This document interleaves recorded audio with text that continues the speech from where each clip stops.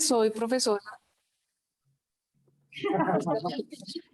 Soy profesora del Departamento de Ingeniería de Sistemas y Computación y también soy vicedecana de Asuntos Estudiantiles de la Facultad de Ingeniería, pero estoy acá principalmente en la primera parte, por lo menos, de este conversatorio en el rol de profesora. Entonces resulta que en los últimos 7 años, antes de este año, yo estuve coordinando los cursos de programación del Departamento de Sistemas, que son cursos de servicio muy masivos, sobre todo el primero, el de primer semestre, que era APO y se convirtió desde hace 2 años en IP, Introducción a la Programación. Es un curso por el cual pasan aproximadamente 1000 estudiantes por semestre. Son todos los estudiantes de la Facultad de Ingeniería y de la Facultad de Ciencias. Entonces yo les quiero dar un contexto del fraude en los cursos de programación, porque como decía Andrés, este es un ejemplo en el que hemos adoptado una cantidad de medidas de integridad académica para intentar disuadir, formar a los estudiantes en este aspecto de integridad y por supuesto esperamos que eso tenga una consecuencia muy positiva en la disminución del fraude. Entonces me parece muy importante contarles cómo es ese curso y cuál es el tipo de fraude que se presenta y por qué ha sido un curso que tiene una reputación de tener un alto índice de fraude. Después les contaré muy rápidamente cuáles son las medidas que hemos adoptado y algunas estadísticas de casos de los últimos años. Entonces, Mariana, ¿me ayudas a pasar? Entonces, este curso, creo que tienes que pasar animación porque no se está proyectando todo. Creo que con algún tipo de animación. Bueno, este curso yo puse ahí IP y otros, porque en realidad no es solamente el curso de introducción a la programación, este fenómeno se presenta en otros cursos donde se enseña la programación, que son, digamos, la enseñanza de la programación, o más bien el tipo de actividades que hacen los estudiantes, se prestan para ser fácilmente fraude. ¿Qué hemos encontrado qué tipos de comportamientos de fraude hemos encontrado en este curso?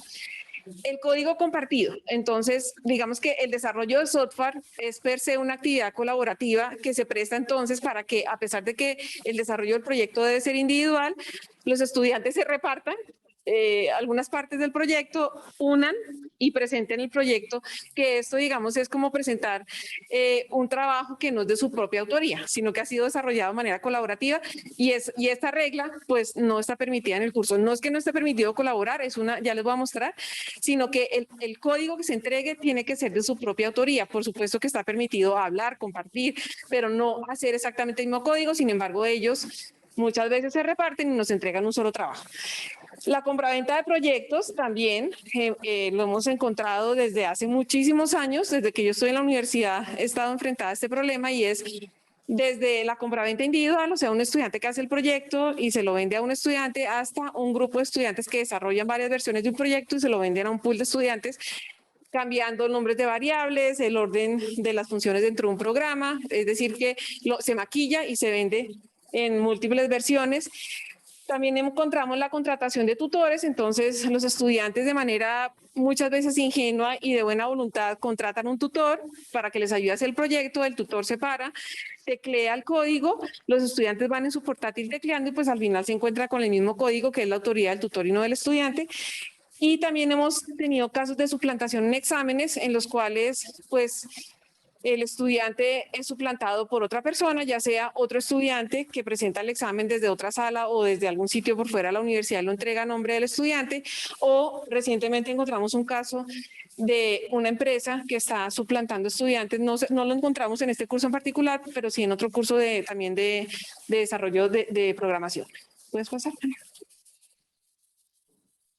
Viste que ahí estaba la animación que me lo puedes animar porque está todo escondido, por favor. Entonces sácalo, avánzalo todo. Entonces hemos tomado muchas medidas, hemos tomado muchas iniciativas en los últimos años, como se van a dar cuenta aquí en este conjunto de bolitas que hemos clasificado en 5 grupos. Las disuasivas, las preventivas, las formativas, las detectivas, que eso no es un sustantivo creo de lengua castiza, pero no importa, o sea, las detectives, y las punitivas, que son la chancleta.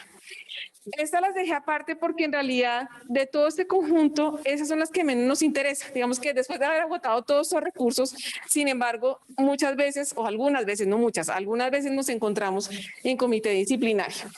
Entonces, por ejemplo, en las disuasivas tenemos las reglas de evaluación del curso, un software que desarrollamos que se llama DeciSoft, en las preventivas encontramos Cupitaller, una cláusula específica de arrepentimiento, foros de ayuda a los estudiantes. Entre las formativas tenemos actividades de integridad académica, proyectos relacionados con temas éticos.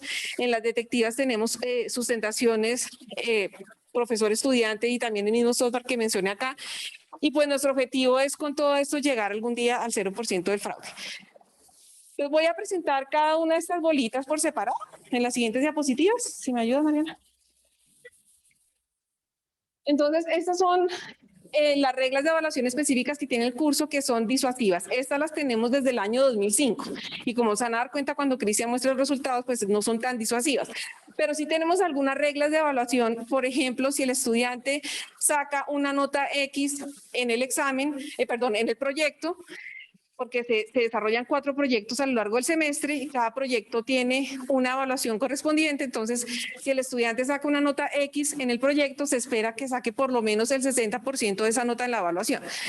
Esta medida de regla de evaluación lo que espera suprimir, y eso sí lo logramos, son todos los proyectos de 5 y una evaluación de 1.5. Por supuesto que el compromiso por parte de los profesores, porque es un curso muy grande, es que las evaluaciones están relacionadas con el proyecto y al mismo nivel de complejidad. Entonces, si un estudiante sacó 5 en un proyecto, se espera que por lo menos saque 3 en la evaluación y así proporcionalmente. ¿Qué más? También, si encontramos que el proyecto entregado no es 100% de la autoría del estudiante, entonces no lo enviamos directamente a comité disciplinario, no se presenta, sino que la nota del nivel entero, de los 4 niveles del curso, entonces donde se encontró la copia del proyecto, ese nivel se anula, o sea, queda en 0. Entonces tenemos así unas reglitas que, si bien pues de alguna manera sí nos han ayudado a disuadir el fraude, pues no ha sido la solución. ¿Puedes pasar? Bueno, la segunda medida también disuasiva y detectiva se llama DeciSoft. Este es un software que desarrolló Cristian Aparicio, que está acá presente.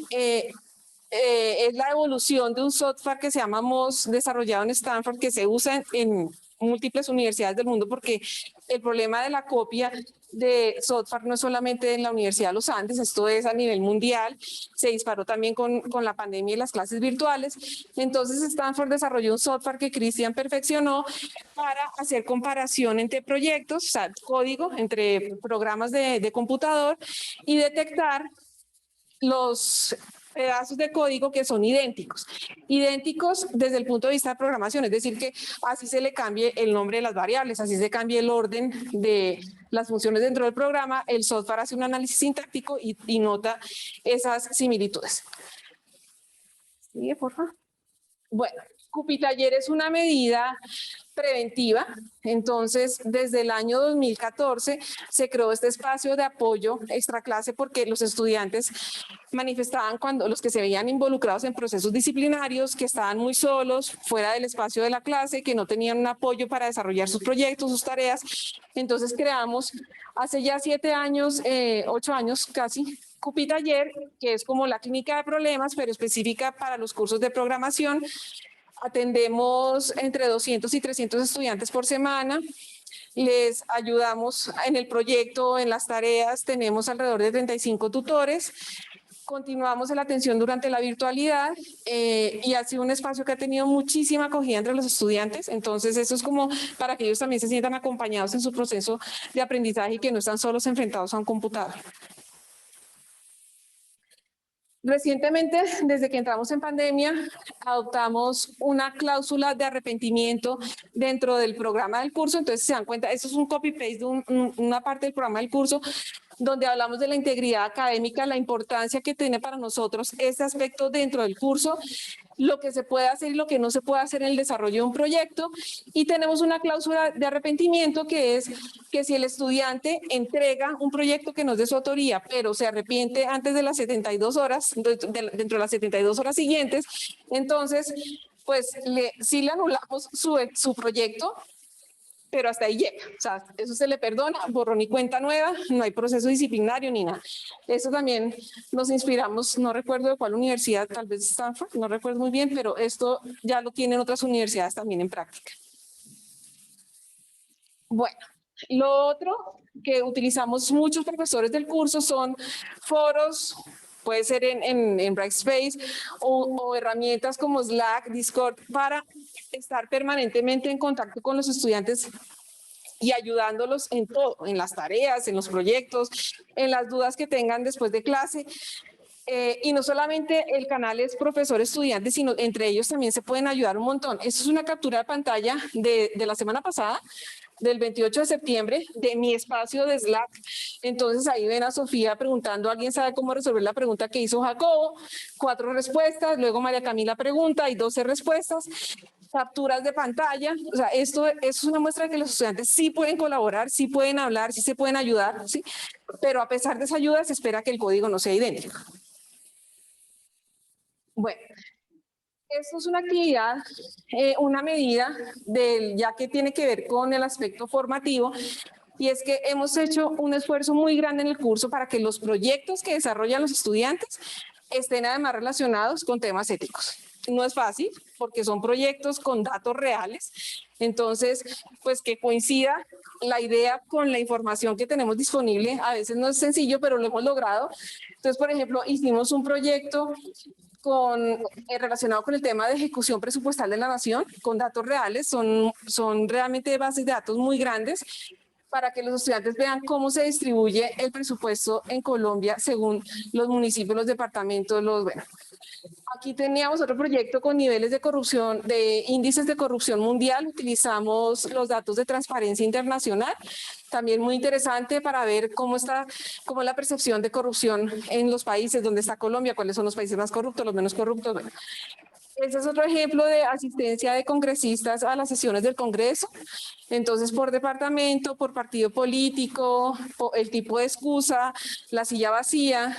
Bueno, entonces esto también lo estamos haciendo dentro del curso para que ellos generen conciencia de los problemas tan graves que aqueja a nuestro propio país.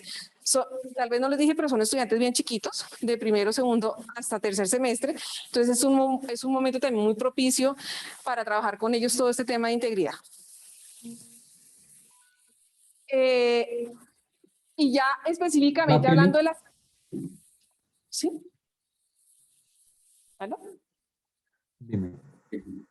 Bueno, ya hablando específicamente de actividades de formación ética, o sea, de integridad académica que estamos haciendo en el curso, entonces actualmente tenemos 3 actividades. La primera es el acuerdo mutuo de integridad académica. Entonces, con los estudiantes firmamos un acuerdo, o sea, redactamos un acuerdo y lo firmamos, donde ellos mismos se proponen o generan, digamos, las propuestas de qué es lo que van a hacer, cuál es su compromiso en diferentes instantes del tiempo del semestre.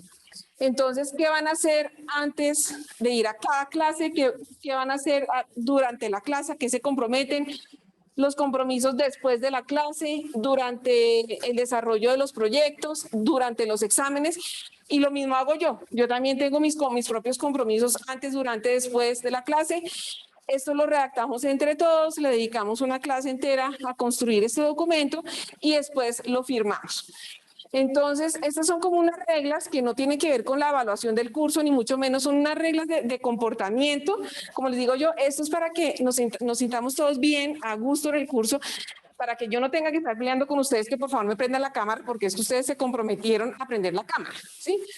Siempre y cuando estén vestidos, es la única condición. A mí no me importa si están en vestido de baño, si están desayunando, que estén vestidos y prendan la cámara.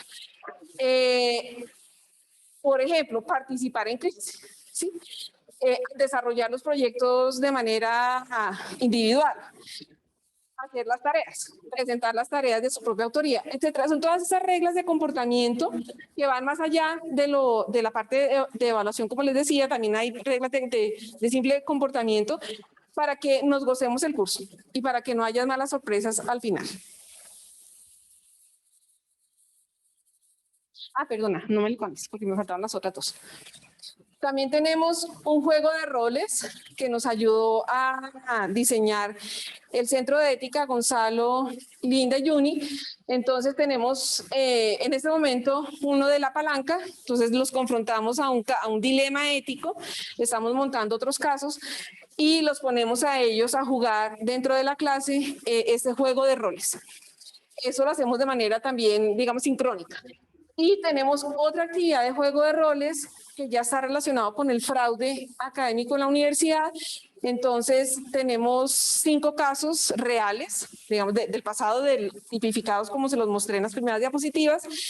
Y este es un trabajo que hacen los estudiantes en grupo. Vamos a arrancar ese semestre con ellos, donde unos estudiantes juegan el rol de los estudiantes implicados en el caso y otros estudiantes juegan el rol de los miembros del comité disciplinario. Entonces, esta es otra, con casos reales, por supuesto, redactados, reformulados, enteramente anónimos, de casos que hemos tratado en el curso, y es una actividad que ellos van a hacer fuera de clase.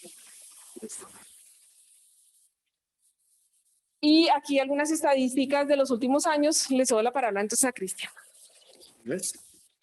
Buenas tardes. Entonces queríamos mostrarles un poco de estadísticas. Al final nos dijeron, hablemos un poco de impacto. Es difícil saber qué tanto estamos impactando, pero un poco el reflejo de esto sería qué pasa pues en los procesos disciplinarios. Queremos mostrarles los procesos disciplinarios, unas estadísticas de esto y además de eso mostrarles nuestras conclusiones desde la coordinación del curso. ¿Puedes avanzar, Mariana? Gracias. Entonces, aquí primero aparece el número de casos por año. Ustedes ven que tenemos desde el 2016 y hay un pico gigante en 2018. ¿Qué pasó en 2018? Nació Decisoft. El software que nos ayuda a detectar a nosotros si hay similitudes, nació en 2018 o al menos pues lo que yo llamo su precursor. Y en ese momento, pues nos dimos cuenta que la cosa estaba como complicada. Hicimos lo que nosotros llamamos en el curso como una cacería de brujas, la verdad. Fuimos supremamente cansones, miramos muchísimo, miramos, pues digamos que creo que inclusive a veces como que exageramos un poco. Entonces también por eso el número de casos subió hasta allá. Porque fue la primera vez que en el curso dijimos vamos a hacer algo con todos, porque son 1000 estudiantes que teníamos que comparar, cada uno entrega un proyecto en esa época eran al menos 15 digamos que archivos, y compararlos era una cosa loca. Entonces esta fue la primera vez que lo hicimos, abrimos muchísimos casos disciplinarios. Después en 2019, Decisoft siguió funcionando, se perfeccionó un poco, y se redujeron la cantidad de casos. En 2020 y 2021 apareció lo que es el curso de introducción a la programación. Y en nuestro curso de introducción a la programación cambiamos muchas cosas. Dado esto, pues digamos que Decisoft dejó de funcionar un poco. Y aquí les mostramos estas estadísticas, pero lo que es 2020 y 2021 no estamos completamente seguros de qué fue lo que ocurrió. Creemos que está un poco más por debajo. Pero igual, pues esto nos pasa también con el software y es que tiene que ir evolucionando y pues también yo digo un poco, pues, como decía mi profesor de seguridad, la gente le busca la comba al palo. Entonces echa la regla, echa la forma de saltársela. Entonces también creemos que puede estar un poco afectado por eso, pero entonces en 2020 y 2021 las estadísticas que les mostramos no estamos del todo seguros. De la que sí estamos muy seguros es de la del 2019, porque es muy comparable con lo que pasaba en 2016. Entonces vean que en 2016 no los detectábamos y en 2019, a pesar de que ya teníamos un control, parece que logramos reducir la cosa. Sí, parece que logramos reducir la cosa. Si quieres, por favor, avanza, Mariana. Este es el número de estudiantes implicados. Ahorita les muestro los resultados. En 2018, 190. Fue una cosa absurda desde la coordinación. Terminamos con dolores de cabeza, dolores de corazón, pero pues aprendimos muchas cosas. Una de las cosas que aprendimos y que no lo habló Marcela es que tal vez estábamos dándoles excesivo trabajo a los estudiantes. Y por eso el curso de IP nació pensando también un poco en eso, en no darles cargas excesivas a los estudiantes. Eso fue también lo que nos enseñó un poco ese 2018. lo redujimos aquí en el 2019, afortunadamente 23.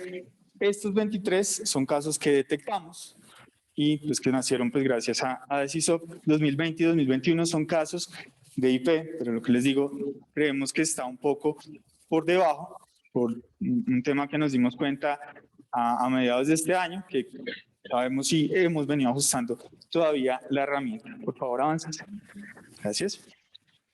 Estos fueron, digamos que el por qué. En el 2018 la mayor parte fue esta parte de taller. Taller se refiere al ejercicio de nivel 6, que es el último ejercicio que ellos realizan. Tenían que hacer un programa completo. Entonces, la mayor parte los detectamos así. Y en el 2019 pues hubo solo 23 estudiantes implicados. ¿Puedes avanzar, por favor? ¿Qué resultados tuvimos? Digamos que en el 2018 decimos que fue una cacería de brujas un poco porque, pues si ustedes se fijan, bueno, aquí no se alcanza a ver el número, pero la cantidad de casos que se cerraron, esta que se ve aquí como en azulito, es bastante alta. Pero a pesar de eso, tuvimos un estudiante en suspensión, 92 estudiantes con prueba de conducta y 49 casos que se cerraron en práctica formativa después de la primera reunión. En 2019, afortunadamente, la cosa cayó. De hecho, si ustedes se fijan, 5 que tuvimos con prueba de conducta, 11 que se fueron a práctica formativa. Estos son los que nosotros decimos aquí sí hubo un impacto en las acciones que realizamos. Esperamos en algún momento mostrarles cifras de 2021, 2022, que eso yo creo que sí ya nos daría un poco más la idea de cómo vamos en el tema IP, porque con Marcela nos reunimos y dijimos, no les queremos mentir, no queremos decir sí bajó, porque tenemos ese problemita un poco con las cifras. Pero 2019 efectivamente disminuyó, que sí creemos que es comparable contra 2016, contra 2017, que no detectamos. Estábamos ciegos, no teníamos la herramienta. Eso es lo que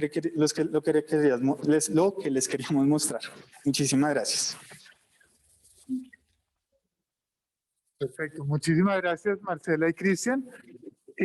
Bueno, ahora le vamos a dar entonces la palabra a Manuela Fernández. Ella está conectada por Zoom. Entonces, Mariana, ¿me ayudas por favor a quitar esa compartida de pantalla y dejar a Manuela? Hola, buenas tardes a todos y a todas. Muchas gracias por la invitación. Yo quisiera empezar diciendo que estoy acá en reemplazo de Laura Quintana, quien era la persona que inicialmente iba a venir a este conversatorio. Laura es la directora del Departamento de Filosofía actualmente. Yo soy profesora del Departamento de Filosofía y también estoy afiliada al Centro de Ética Aplicada de la universidad. Y ella se excusa porque tuvo que realizar un viaje académico hoy a Buenaventura y entonces no podía estar. Pero nos parece muy importante igual dar a conocer esta iniciativa del Departamento de Filosofía, entonces no queríamos pasar la oportunidad, por eso estoy yo hoy acá. Lo que yo les quiero presentar es una iniciativa que empezó a raíz de las estudiantes de filosofía. En realidad no fuimos los y las profesoras, sino las estudiantes de filosofía que en el comité de género, la Facultad de Ciencias Sociales tiene comités de género en todos sus departamentos y las estudiantes del comité de género del departamento de filosofía se reunieron y nos hicieron como un pliego de peticiones a los profesores del departamento en donde identificaban algunos problemas en torno a temas de discriminación y sesgos de género que existen en la filosofía y en el departamento de filosofía en concreto. La filosofía, les cuento para los que quizá no conocen mucho la disciplina, es una de las disciplinas de la academia con más brecha de género. Está por allá cerca mis colegas de las ciencias de la computación y programación, todo lo relacionado con sistemas, o la física es otra disciplina que ha sido históricamente muy masculina. Bueno, la filosofía mundialmente es una disciplina tradicionalmente muy masculina. Piensen rápidamente en 5 filósofos que se les vengan a la mente y seguramente los nombres más rápidos en los que piensan son todos nombres de hombres. El canon filosófico está permeado casi en su totalidad por hombres. Y esto trae pues varias repercusiones para nuestra vida académica. En particular, pues esto ya se ha estudiado y en particular muchas de las estudiantes mujeres y de las mujeres filósofas, tenemos el problema de que no tenemos modelos a seguir y es muy difícil identificarse con la profesión o con la carrera de ser filósofo y en particular de ser filósofa cuando uno es mujer, dada esta falta de modelos y de leer, o sea, no solamente de no tener casi profesoras filósofas, sino que además los textos que uno lee en su gran mayoría son textos de hombres. Además de estos factores que pues tienen que ver como con la historia de la disciplina, también tenemos factores relacionados con cómo tradicionalmente se ha entendido que se debe hacer filosofía y en particular tener discusiones filosóficas en las clases. Entonces, en parte debido como a estos ámbitos casi netamente masculinos, se han desarrollado comportamientos, digamos, en las discusiones que muchas veces las estudiantes sienten que son excluyentes hacia ellas. Entonces, hay sistemáticamente problemas de discriminación y sesgos en las discusiones en clase. Entonces, cosas como que a las estudiantes, incluso a las profesoras, no se les validan los puntos. Si un estudiante hombre hace el mismo punto que hace una estudiante mujer, se le valida es al hombre y no a la mujer. Se usan además como interacciones que a veces resultan agresivas.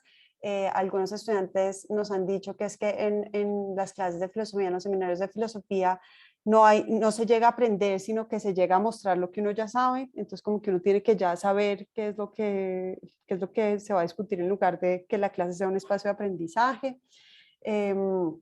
Es también una de las disciplinas en la academia en donde se cree también junto a disciplinas como la física o la música, en donde se cree que el talento innato es fundamental para tener éxito. Entonces tenemos como esta percepción de que para poder ser un buen filósofo hay que hacerlo intuitivamente, digamos, como, tener el talento de hacerlo bien digamos, desde la naturaleza de la persona. Así como, o sea, yo creo que la comparación con la música es quizá la más ilustrativa, así como uno cree que el buen músico es porque tiene un talento innato, una facilidad para hacer esas cosas. Y esto lleva a que muchas de nuestras estudiantes mujeres se sientan excluidas, se sientan que no pueden participar en clase. Es impresionante en nuestras clases de filosofía, en particular en nuestros seminarios, en donde es fundamental la participación, como hay muchísimas chicas que no participan, o sea, se auto aíslan de la clase y no se involucran. Y entonces, bueno, indagando como por qué pasaba todo esto, entonces el comité de género del departamento, las chicas del comité de género, las estudiantes, pues nos hicieron un pliego de peticiones de cosas que ellas consideraban que eran pertinentes que cambiáramos para generar ambientes de formación mucho más saludables e incluyentes. Entonces, nosotros también tenemos un comité de género en el departamento con profesores y estudiantes, no solo las estudiantes, sino tenemos otro donde también tenemos profesores y profesoras, y discutimos con ellas y hemos venido llevando a cabo una serie de cambios, hemos venido implementando una serie de cambios en el departamento con miras a generar ambientes de aprendizaje más incluyentes en donde las mujeres del departamento, todas nos sintamos más a gusto. Y en particular, el que quiero presentarles hoy es uno que pues nos parece muy bonito y es una serie de compromisos de acción que llevamos a cabo todos los profesores del departamento a comienzos de este semestre, o quizá a finales del semestre anterior, comienzos de este, y es una serie de compromisos que surgió a partir de este pliego de peticiones de las estudiantes y que luego discutimos en el comité de género y luego discutimos en el consejo de departamento y fueron aprobados por todos. Entonces quisiera compartir pantallas, si me permiten, para mostrarles de qué se tratan estos compromisos. Estos son compromisos que tienen que ver con los ambientes académicos constructivos, no solo los cursos. O sea, la idea es que son unas guías, unos principios bajo los cuales vamos a guiar nuestro comportamiento para tomar decisiones que tienen que ver con la vida académica del departamento, no solamente en los cursos, por supuesto, pero también en las oficinas, en las reuniones, en las actividades extracurriculares, ¿no? En los coloquios, en las conferencias, todas estas cosas. Entonces, bueno, con el objetivo de construir ambientes académicos constructivos y colaborativos en y fuera de clase, sin dejar de ser críticos y rigurosos, y para atender a las peticiones de las estudiantes del comité de género, los y las profesores y profesoras del Departamento de Filosofía nos comprometemos a actuar con los siguientes criterios en mente. Es una serie de criterios. Se los voy a leer como para que tengan una idea de qué se trata. No descalificamos a nuestras estudiantes ni permitimos que otras lo hagan. O sea, ni lo hacemos nosotros como profesores en clase, ni permitimos que otros lo hagan. Si alguien llegara a hacer algún tipo de descalificación, o sea, decirle a otro que, no sé, su idea es tonta o algo por el estilo, nosotros nos comprometemos a evidenciar eso y actuar al respecto. Segundo, mostramos a nuestros estudiantes sus errores de modo respetuoso, tomando especial precaución en que nuestros comentarios no den pie para que otros estudiantes puedan burlarse o hacerles comentarios descalificadores. Tercero, evitamos pedagogías que usen la humillación, el terror y la parálisis del otro. Cuarto, no descalificamos a otros o otras colegas ni a otras formas de hacer filosofía. Este punto es importante, fue un punto que nos llamó mucho la atención los estudiantes, las estudiantes del comité de género, y es que quizá para algunos esto es claro, pero para otros no.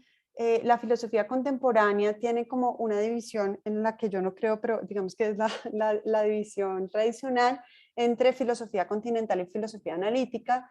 Y suele suceder que las personas que trabajan en un campo desestiman el otro y viceversa. Y entonces, pues los estudiantes se veían enfrentados a que, pues, no sé, alguien mencionaba un autor que había leído en otra clase y resulta que ese autor pertenecía al bando de la filosofía continental y el profesor hace filosofía analítica, entonces decía, no, ese señor no se entiende lo que dice, entonces no vamos a pensar en él. No sé, cosas por ese estilo, como descalificando a otros autores y a otros, de paso al trabajo de otros profesores del departamento. Entonces nos comprometimos a terminar con ese tipo de interacciones. Quinto, promover el rigor y la discusión argumentada en un espacio de escucha que permita el mutuo aprendizaje y no promueva la disputa y la competencia de egos. En general, yo creo que parte como de la clave de estos criterios es generar espacios de construcción, como co-construcción de conocimiento y no de competencia, que creo que es que ha sido como una manera muy tradicional en la que se dan los debates en filosofía, la competencia en el sentido como de tener que ganarle a otro el argumento y no de pensar en cómo construimos el mejor argumento entre todos. Entonces hacer ese cambio es parte de lo que tenemos en mente. Sexto, no hacemos comentarios sexistas, clasistas, racistas u homofóbicos en clase, que parece muy obvio, pero también fue algo que nos dijeron las estudiantes que teníamos que poner explícitamente porque no era el común, digamos, el común denominador de lo que sucedía en las clases. Séptimo, nos comprometemos a ser sensibles y cuidadosos con el uso del lenguaje y a ser conscientes de sus posibles efectos de exclusión.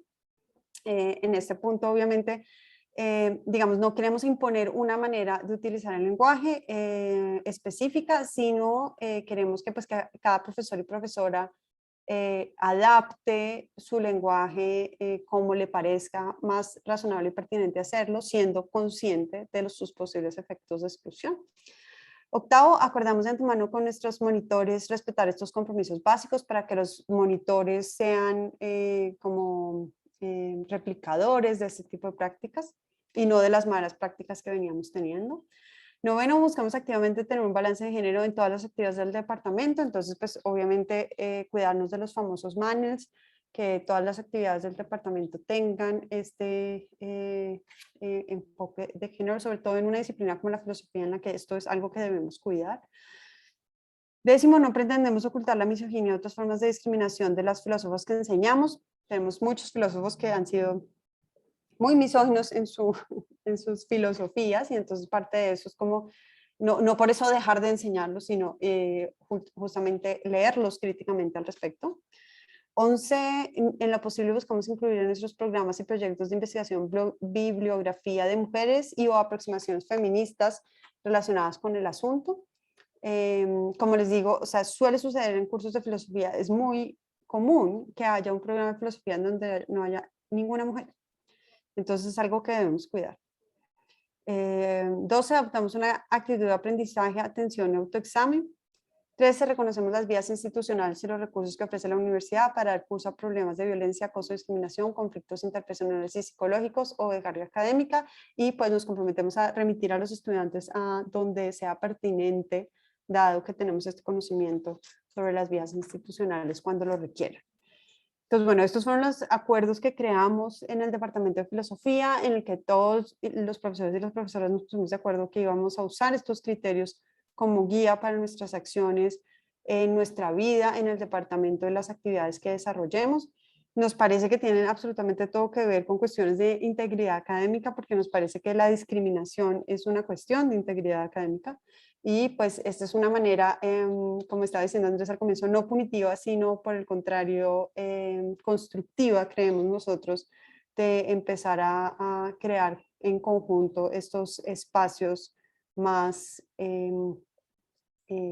constructivos y colaborativos. Eso es lo que yo les traía. Muchas gracias.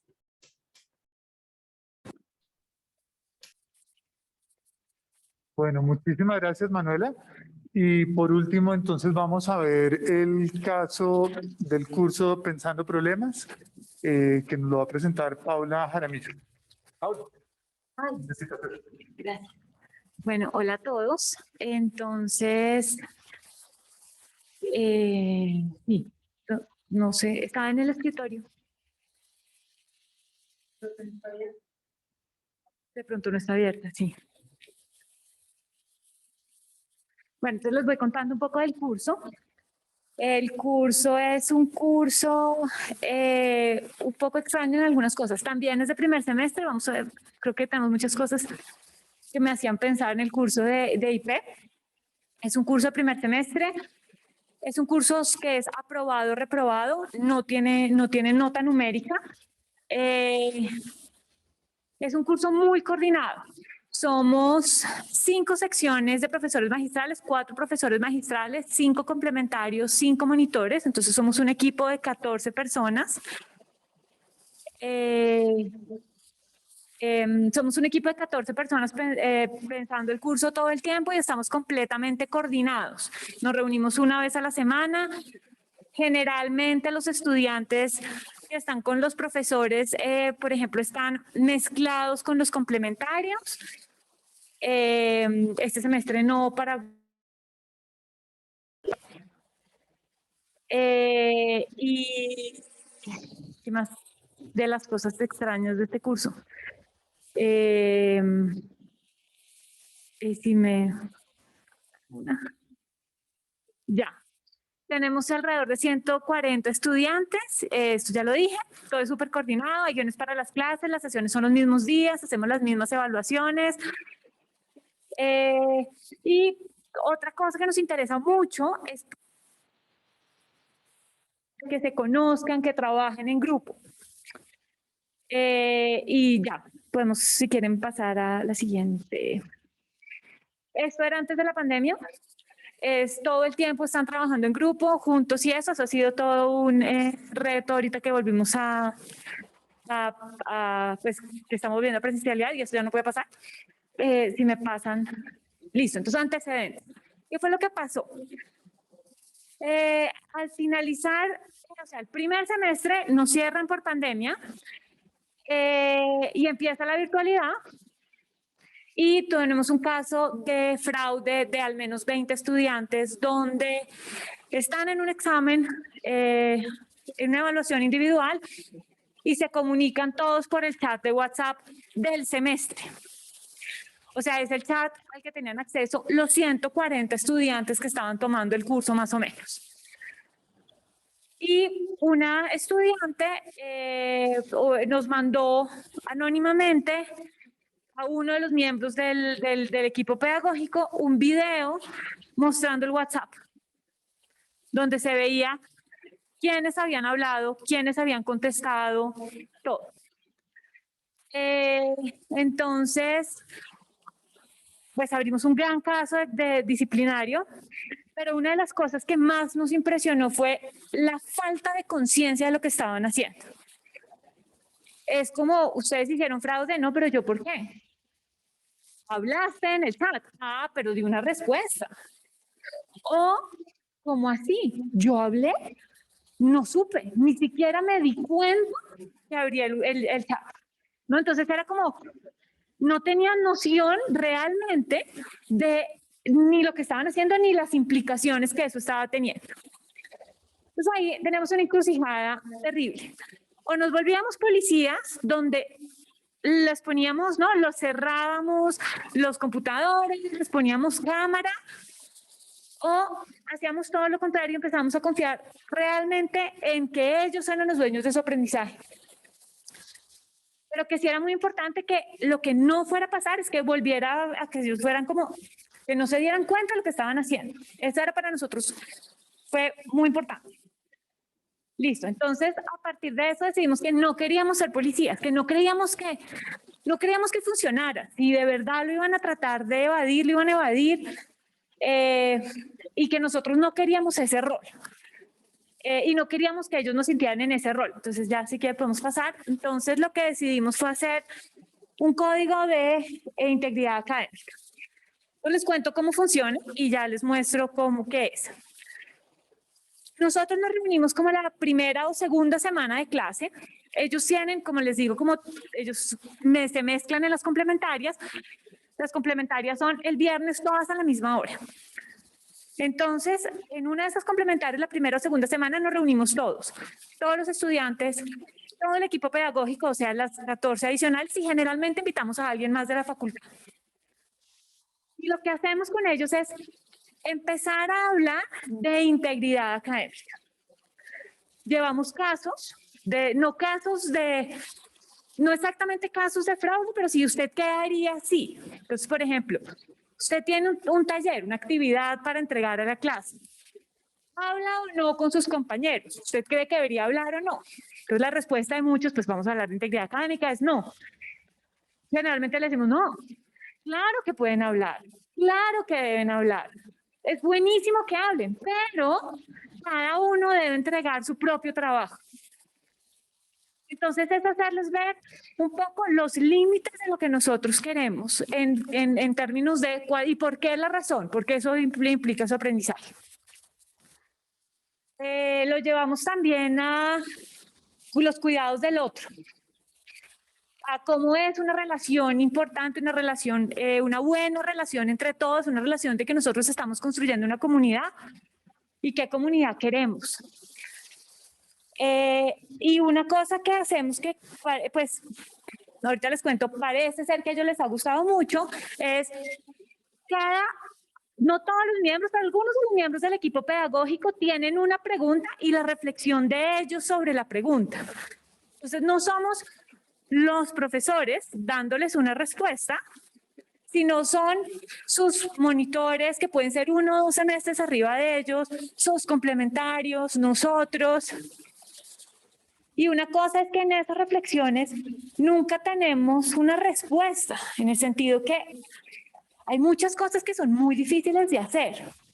Y eso también lo reconocemos. Entonces, cuando yo sé de alguien que hizo copia, pues yo debería decirle a la persona, pero yo debería informar al profesor. Pero eso es muy difícil. Pues porque pararse enfrente a todo un grupo de 140 y decir, ustedes están haciendo copia, yo los voy a acusar, o ustedes dejan de hacer copia, pues se voltean y le dicen, no queremos hablar con usted, y son los estudiantes de primer semestre, formando sus relaciones. Entonces, nosotros les decimos como, ustedes piensen lo que harían, pero nosotros reconocemos que esas decisiones que ustedes están tomando no son fáciles. Decidir cuando me estoy echando una materia, decidir, yo voy a ser íntegro y no me voy a copiar, pues no es fácil, es una construcción que se hace durante todo el tiempo. Y eso lo trabajamos mucho con ellos durante ese espacio que nos gustaría que fuera más grande, nos gustaría que fuera más interactivo, pero realmente todavía no lo hemos podido hacer así. No tenemos tampoco tanto tiempo, utilizamos solamente la hora de la complementaria. Después de eso, nosotros les proponemos un código de integridad. Esta es la parte de los estudiantes y la idea es cumplan las reglas, pero la idea principal es no tratar de encontrar atajos a través de ayudas no permitidas. Esa es nuestra cosa. Si no ayuda está permitida, no trate de encontrar la comba al palo, no trate de mirar a ver cómo la cojo para que, no lo haga. Listo, eso es. Y nosotros también tenemos el del equipo pedagógico, si me pasas, que es, principalmente son 3 cosas, que es trabajar para tener las mejores clases que podamos, prepararlo lo mejor posible, hacer los mejores exámenes, atender las dudas. Muy importante, no supervisar las evaluaciones individuales o grupales. Nuestras evaluaciones individuales generalmente tienen 2 partes. Una es sincrónica, ellos se conectan al computador, no se les hace el lockdown del computador, no se mira de dónde vienen los IPs, nada. Esa es al mismo tiempo. Y otra que es asincrónica. Ellos se meten a la hora que pueden, a hacerlo durante el día estipulado, tienen 1 hora, y es el mismo examen. Yo me puedo meter a las 7 de la mañana y resolver mi examen, y alguien se puede meter a las 8 de la noche y resolver el examen. Y nosotros no lo supervisamos. Y no los vigilamos. Si llegamos a sospechar de que hay fraude, los llamamos, hablamos con ellos, y si es el caso, procedemos a proceso disciplinario. Entonces, eso también les queda claro, pero siempre conversamos con ellos antes de empezar procesos disciplinarios. Esto también nos comprometemos nosotros. Después de leer eso, ya todos cogemos en un papel y una hoja y empezamos a escribir nuestro compromiso. Entonces, y los ponemos todos en un Padlet. Estos fueron que los pusieron en anónimos, y estos, por ejemplo, pusieron el nombre, entonces yo los tapé. Todo el equipo pedagógico y todos los estudiantes. Hay estudiantes que ponen, yo no voy a hacer fraude porque aposté que no iba a hacer fraude en esta clase y que la iba a pasar. Hay otros que prometo intentar no copiarme, ¿no? Pero esos son sus compromisos y ahí están. Listo. Mi letra es muy fea, pero mi compromiso divino. Listo. Y durante el semestre, ¿qué hacemos? En las actividades siempre les ponemos, es válido, incluso deseable, que trabaje con otra gente en la actividad.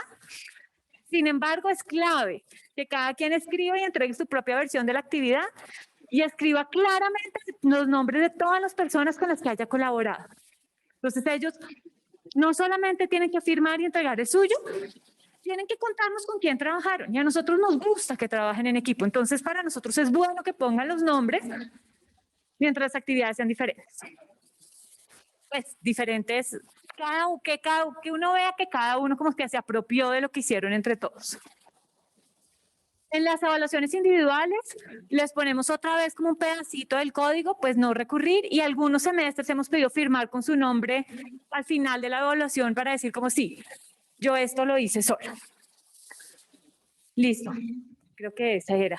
¿Qué dicen los estudiantes? Nosotros entonces no tenemos datos, porque no los vigilamos, no tenemos nada de datos. Entonces, ¿qué dicen los estudiantes? En clase nos han dicho, me gustó la clase del compromiso, me gustó firmar mi propio código, fue un momento simbólico y lo respeté. Cuando hablan lo hacen de corazón, es más emotivo. Esto fue cuando empezamos a hacer que también los monitores y complementarios lo obraran, no los magistrales. Fue muy específico, entonces como que a algunos le quedó muy claro qué era lo que era válido hacer y qué no. Es bueno sentir la confianza. Cuando hay vigilancia se genera mucha presión porque uno no puede bajar la cabeza porque le pita a la cámara que no sé qué, entonces no les gustaba. Y eso me pareció, no, es que romperlo se siente mal. Y creo que parte de lo que nosotros queríamos es eso. Nosotros, un ideal sí sería que el fraude fuera cero. Nosotros no creemos que el fraude sea cero. Pero sí queremos que pase eso. Que cuando lo rompan digan como, pucha, lo rompí. O sea, ya lo rompí. ¿Qué significa eso en mí? Que tengan una autorreflexión sobre eso. Pero una cosa es que tampoco es claro cómo romperlo. Porque pedirle a alguien ya es haberlo roto. Entonces se frena un poco No, antes era como, oiga, ¿me lo presta?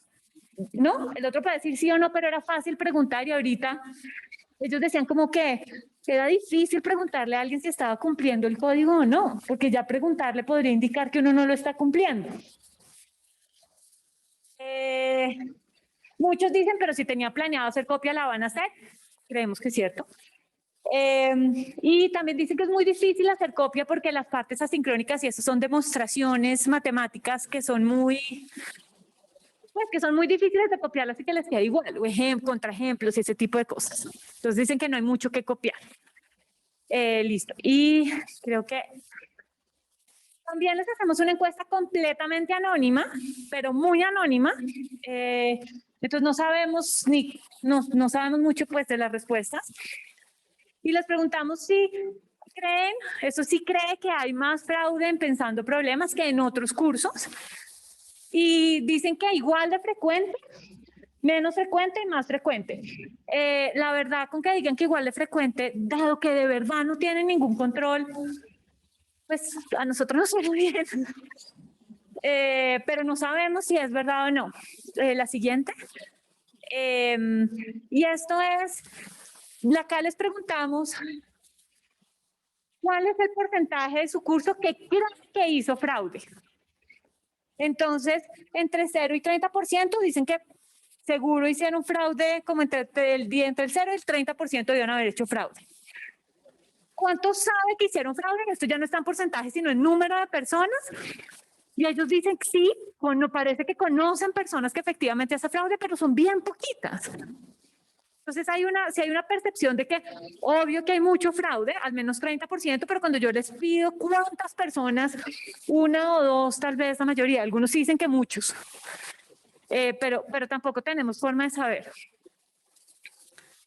Sí, la siguiente. Entonces, las ventajas que vemos nosotros, pues inclusive la parte de hablar de integridad, hablar del código y eso, es un espacio de socialización donde están todos y es muy importante el primer semestre.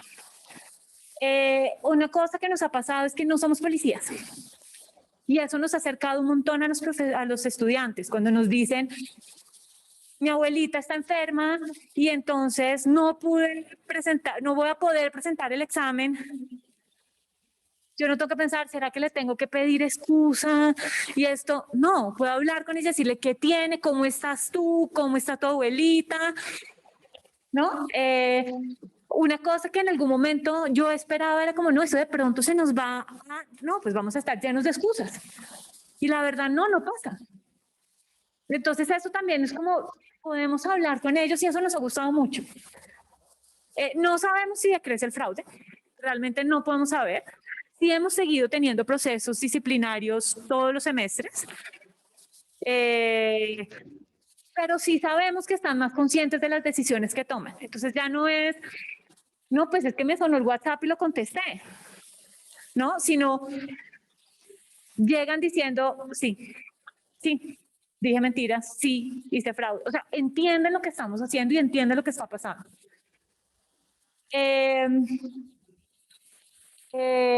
Bueno, pues creemos que es un proceso, las decisiones son difíciles, pero tienen más elementos de reflexión sobre ellos. Cuando van a decidir si van a hacer copia o no, de pronto no es inmediato. Lo que nosotros tenemos es, entonces confiamos, pero si tenemos indicios, investigamos, y si vemos que es verdad, somos muy duros. Y eso hace que le quite la carga al estudiante que es juicioso y que no está haciendo copia porque él no es el que estamos confiando, y le ponemos la carga en realidad si lo encontramos haciendo fraude. Si lo encontramos haciendo fraude, tiene que venir, tiene que hablar, tiene que explicar, tiene que mostrar, pero de resto le pasamos muy bien, ¿no? Entonces creo que esto también cambia la percepción del curso de yo estoy haciendo las cosas bien y porque están desconfiando de mí. Y es verdad, nosotros confiamos en todos hasta que demuestre lo contrario. Y eso. Y la siguiente creo que es las desventajas, que hay mucha ambigüedad a tratar ciertas excusas. Antes es como, pues cuando uno le decían como no, no sé quién está muy enfermo, bueno, muéstrame la excusa médica, ¿no? Y ahorita hay mucha ambigüedad, pero entonces lo que nosotros hacemos es, como somos un equipo pedagógico grande, todo lo llevamos al equipo pedagógico. Entonces el equipo pedagógico somos 14 personas pensando en esto, y eso también le quita un montón la presión al profesor de decidir por sí solo, porque a veces es muy difícil como quitarse esas mañas de no le creo. Es difícil saber cuáles son los efectos reales del código de integridad en el comportamiento de los estudiantes. Por ejemplo, pues somos un curso aprobado o reprobado, tenemos un curso de equipo pedagógico muy grande. La ceremonia es muy masiva, tal vez muchos no asumen el ritual del compromiso de manera sincera y consciente, sí. Retos, llevar la ceremonia, llevar la ceremonia a la presencialidad. Y elección de invitados, por ejemplo, ¿será que influye quién va? Si es el decano versus un profesor, ellos lo pueden sentir más serio o menos serio, no sabemos.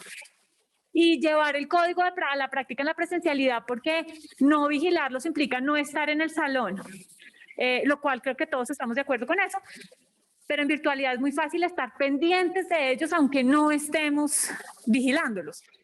Y en presencialidad no sé cómo vamos a hacer, pero tendremos que buscar como una mezcla entre poder estar y no estar. Eso es. Y creo que eso era toda la presentación. No sé si...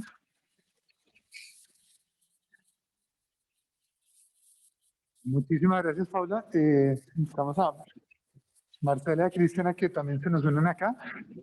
Nos demoramos un poquito más de lo que teníamos presupuestado, pero bueno, no importa, nos quedan unos minutos todavía para conversar. Yo voy a comenzar con una pregunta para los tres casos. Y si Mariana me ayuda y las personas que están conectadas en Zoom quieren hacer preguntas, que las puedan ir poniendo en el chat. Quienes están aquí presentes, también háganle llegar sus preguntas a Mariana de alguna manera, puede ser en un papelito. Yo quisiera comenzar sobre ustedes y el proceso para ustedes. Es decir, probablemente estamos hablando de unas prácticas que probablemente ayudan a formar a nuestras y a nuestros estudiantes, ¿no? Alrededor de la integridad académica. Pero probablemente también para ustedes haya habido algún tipo de proceso. De pronto ha habido les ha tocado, les ha interpelado, les ha movido algo, y quisiera que de pronto nos contaran un poquito sobre eso, sobre qué ha pasado allí. No sé quién quiera comenzar. Marcela, gracias.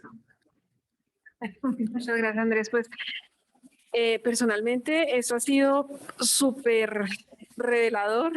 Sí, de verdad es un acercamiento muy distinto a los estudiantes. Nosotros tomamos la decisión de cambiar completamente el curso, no solo desde la parte pedagógica, sino también desde la parte de integridad, cuando nos descubrimos con ese show del 2018, ¿no? Que mandamos 190 estudiantes, que son como los 24 de ustedes, porque nosotros tenemos 1000, ¿no? Yo estaba haciendo una escuela y me dice, pero no puede ser que cayeron 190 porque corrimos un software. Entonces ahí dijimos, no, esto hay que tratarlo de una forma muy distinta. Y empezamos a implementar todo esto. Hoy en día, ya, entonces 2021, yo siento que la confianza que se genera con los estudiantes, o sea, Cristian dice, no confiamos mucho en estas estadísticas, pero yo tiendo a creer que sí, porque yo sí lo veo en mi propio, yo soy profesora del curso, ¿sí? Es que ellos son mucho más conscientes de su responsabilidad en el proceso de aprendizaje y que el fraude rompe este proceso, ¿sí? Y saliendo ya del fraude, en estos acuerdos que lo llamamos, nosotros el acuerdo mutuo de integridad académica, hace que se establezca una relación de confianza y cercanía con el estudiante. Ya no es un estudiante anónimo, es un estudiante con el que nos conocemos, con el que estamos estableciendo un acuerdo que firmamos, que construimos, que no es impuesto por unas reglas del curso, sí, por un programa del curso. Y eso genera un ambiente muy propicio para, yo creo, para el aprendizaje, no solamente de la programación, sino también de la ética. También del lado digamos, de mi experiencia personal, eso ha sido maravilloso porque antes yo pensaba que la responsabilidad era como enseñar a programar y que es una disciplina bastante fría, porque pues es sentarse a teclar código, y haber incorporado todo esto dentro del curso hace que no solamente estamos como docentes enseñando a programar, sino que además los estamos realmente formando como ciudadanos. Y eso también es muy grato para nosotros como profesores, porque siempre estamos pensando que la responsabilidad de la formación ética de nuestros estudiantes es del centro de ética. De verdad, Andrés, eso es así. Cuando uno le dice a los profesores, tomémonos, y Ángela también es testigo, tomémonos un espacio de la clase y los profesores brincan, pero ¿cómo? Es que no me cabe. Si es que ya nos estamos tomando una clase entera, ¿no? En realidad en IP nos estamos tomando 3 clases del semestre, no, eso es una cosa aberrante, como si le estamos quitando 2 clases al IF, ¿no? Entonces uno dice, pero a ver, ¿qué importa que le quitemos una clase al IF o al WAIL si es que son nuestros ciudadanos? O sea, esta es la gente que va a salir a ejercer en nuestra sociedad. Entonces abrimos los ojos como ciudadanos colombianos sobre los casos de corrupción, pero no estamos dispuestos a sacrificar tiempo de nuestra disciplina para tratar el tema ético. Entonces, personalmente es muy satisfactorio, uno, sentir que realmente estamos contribuyendo a la formación desde nuestras disciplinas, a la formación personal de los estudiantes, y que eso no es problema de Juni González Linda y su equipo de ética, sino que eso es de nosotros también, y la cercanía a los estudiantes. Esa relación profesor-estudiante cambia radicalmente. Y no es porque sea cálculo, ¿sí? O que es filosofía, no, es que en programación también hablamos, porque es que aquí como también hay problemas de corrupción en programación, ¿sí? No, digo, en la vida, ¿sí? También, entonces están todos los problemas de Facebook, que es el reciente. Entonces, hablemos de eso y hablemoslo abiertamente y de paso, cuestionémonos antes de incurrir en una falta, ¿sí? Sobre las consecuencias que eso tiene. Nosotros hacemos mucho énfasis en el impacto que nuestras acciones tienen sobre los demás, más allá de el copiar, ¿sí? Entonces, ¿esto qué impacto tiene en este grupo en el que estamos, en esta universidad, en nuestra sociedad colombiana? Y eso es muy grato realmente. Sí, yo por el mismo lado. Lo que es una relación más adulta. Es una relación donde yo no soy, o sea, yo sí soy el profesor, pero no es una relación de autoridad en el sentido que no estamos hablando de que yo le impongo algo, sino que es una relación más adulta, es menos paternal, menos autoritaria y es de más personas y más cercanas. Esto también significa que cuando cuando hubo casos de 20 personas casi lloramos todos, pero también implica que ahorita cuando hay casos sí son más personales. Lo sentimos de verdad más duro y a veces es difícil como hablar con ellos y no, o sea, pues porque ya estamos más metidos, es como nosotros sí confiamos en ustedes, confíen ustedes en ustedes. Y eso obviamente también lo afecta a uno ahora más los casos, puede que no sean 20, son día 2, y uno es como, no, que no sea mío, que no sea mío, que no sea mío. Aparece como hubo un caso de copia, no sé qué va a pasar, parece que hubo un caso de copia en el examen y nos dijo era que no sea mío, que no sea mío, que no sea mío, si es mío, fue pucha, ¿en serio? Entonces eso también, por el otro lado, es al volverse más personal, lo toca más a uno. Gracias. Cristian, ¿vas a decir algo? Digamos que adicional a lo que ya han dicho, me parece también que el acuerdo mutuo de integridad nos ha ayudado, y pues lo digo personalmente como profesor, a darme cuenta de también cuáles son mis responsabilidades, porque uno mucho le exige al estudiante, pero uno debe también preguntarse, yo como profesor, ¿qué es lo que le estoy dando al estudiante? Entonces eso también me pareció muy bonito, pues yo creo que soy de los profesores más jóvenes aquí de la universidad y pues me ha dado también unas pautas de yo para dónde quiero moverme como profesor. Y eso también lo construyo con ellos, porque pues yo voy y les digo y ellos también como que me reaccionan y me dicen tal cosa, tal cosa. Y pues la otra es que es muy bonito tener confianza con los estudiantes. Yo la verdad les saco chiste a lo que sea, me gusta hacer un chiste por clase al menos, como para hacerlo un poquito más distendido y pues eso me ha gustado mucho porque pues nosotros, como dijo Marcela, les damos 3 espacios a los estudiantes. El primer espacio es conocernos. La primera clase sabemos que es muy difícil porque hay que leer programa y que muchas cosas, pero también nos gusta un poco conocerlos y generar esa confianza con los estudiantes. Y pues por el otro lado, pues yo entiendo aquí lo que dicen de no quiero que sea mi estudiante y pues yo esto jamás en mi vida lo he contado y es que pues yo fui el que me di cuenta de todo eso en el 2018 y yo casi me pongo a llorar, de verdad. Es que, pues la primera vez que corrí el software, yo llamé a Marcela y estoy seguro que eran las 11 de la noche, las 11:30, y yo le dije, esto es una olla podrida, qué triste lo que está ocurriendo. Pero ya, digamos que como habiendo recibido ese mazazo, habiendo aprendido, habiendo pasado un poco, habiendo implementado cosas en nuestro curso, ahora pues digamos que digo, estos tal vez no los podamos recuperar o tal vez sí, los que encontramos, pero estamos haciendo todo lo posible para evitar que pues, nosotros aquí estamos por amor a esta universidad y nos duele cada vez que sale un titular feo.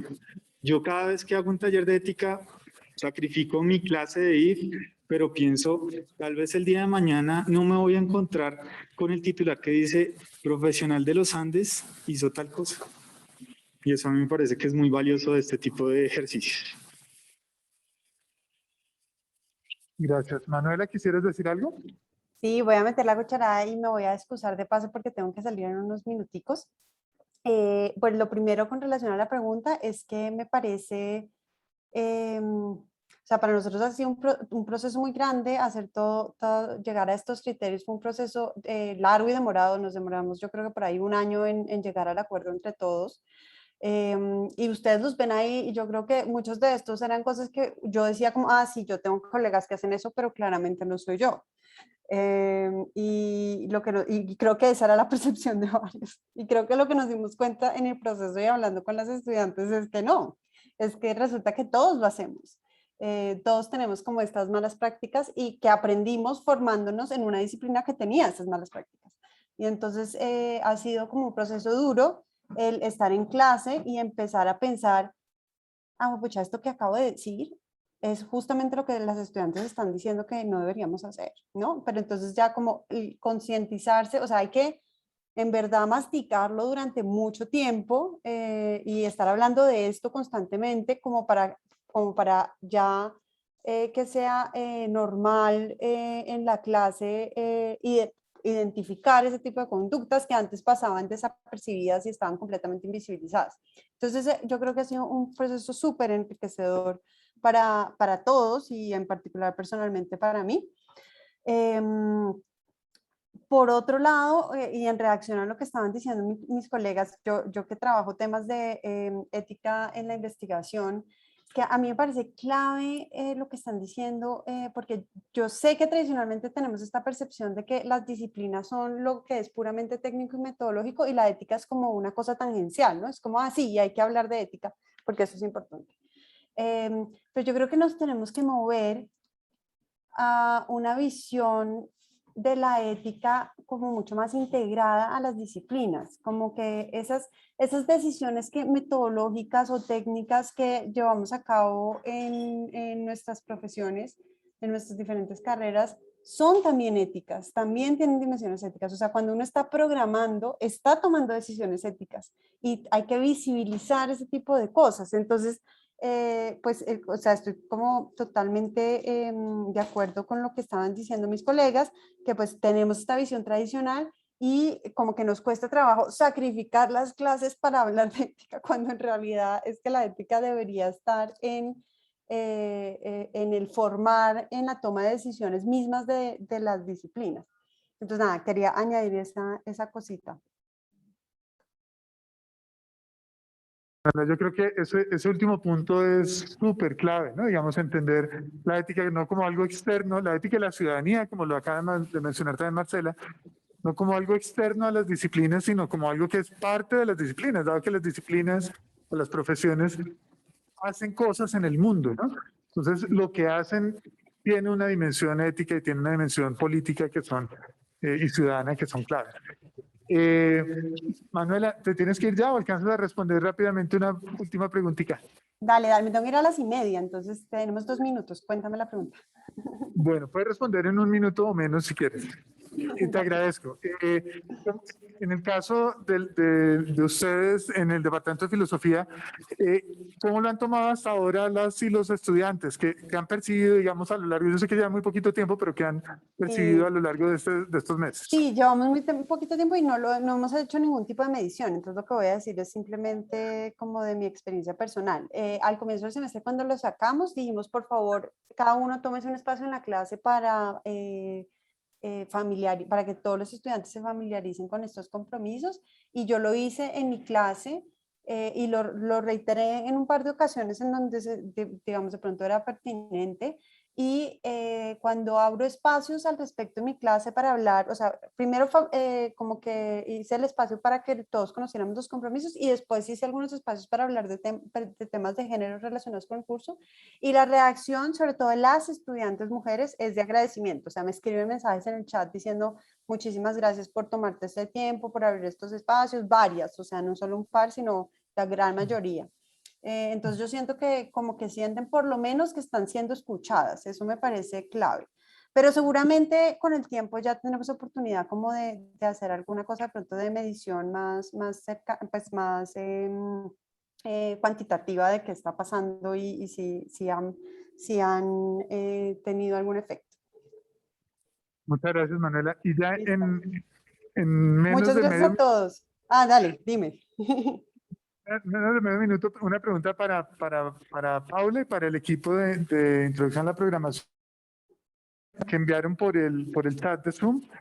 Y es, ¿qué podríamos concluir de la relación que hay entre las medidas punitivas y las medidas preventivas sobre el fraude en los casos de los cursos de ustedes? ¿Cómo se han relacionado esas dos partes allí? Creo que solo tenemos como medio minuto, entonces, por respuesta.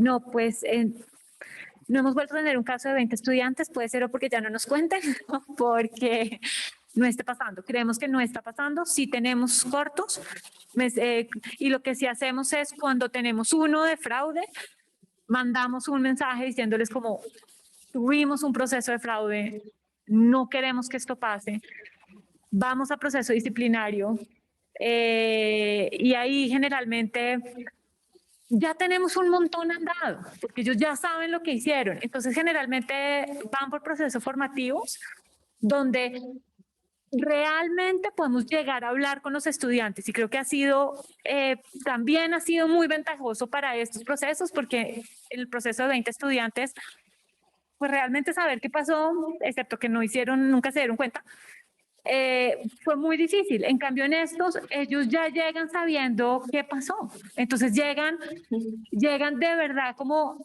¿sabe qué? Sí la embarré, ¿no? Entonces muchas veces llegan a decir, no, qué pesar con el profesor, y pues la respuesta de nosotros es no. Vamos a ver qué fue lo que pasó, qué está pasando, no sé qué. Y creo que ha sido bastante positivo eso.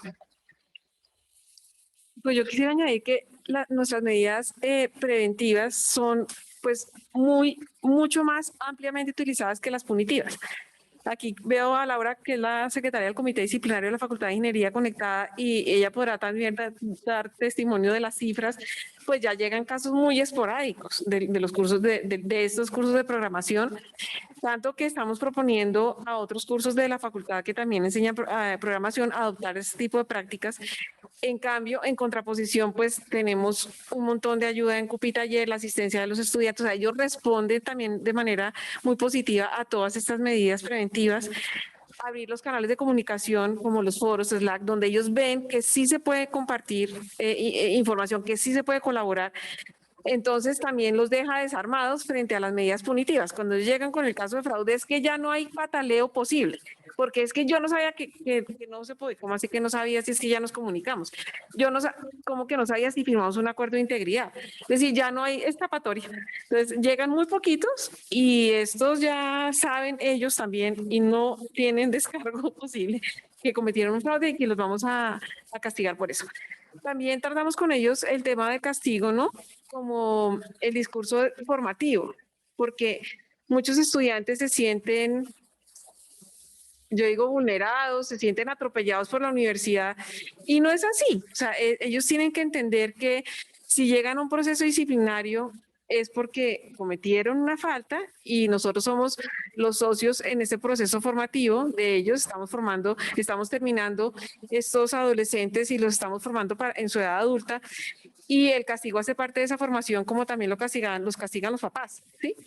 Entonces, ahora lo que queremos empezar a trabajar es que, además de castigarlos, los queremos acompañar, como los papás. Es decir, no es porque cometieron un fraude y por supuesto que se llevaron su castigo porque hay una sanción disciplinaria, sino que también los queremos acoger, como lo hacen los papás, y que sepan que hacen parte de esta comunidad y que a pesar de que fallaron, están aquí adentro y los seguimos apreciando y valorando en toda su dimensión como seres humanos, ¿sí? Ese es como el siguiente paso, que es después del fraude, después de haberlo sancionado, ¿qué viene? Y queremos que vengan otras cosas, no solamente en el curso de IP, sino en otros cursos de la facultad. Muchísimas gracias. Ya nos pasamos casi 5 minutos del tiempo que estaba previsto, entonces pues creo que cerramos aquí. Se quedaron muchas preguntas en el aire, se quedaron preguntas formuladas por Zoom. Yo espero es que podamos continuar esta conversación de múltiples otros modos aquí en la universidad. Estamos trabajando con diferentes personas desde la decanatura de estudiantes, desde el Centro de Ética Aplicada y un conjunto de personas más entre estudiantes, profesoras y profesores en una cosa que hemos llamado un poco provisionalmente como Comité de Integridad Académica. Entonces, estamos como continuando esta conversación y por supuesto tendremos más espacios nuevamente. Muchas gracias.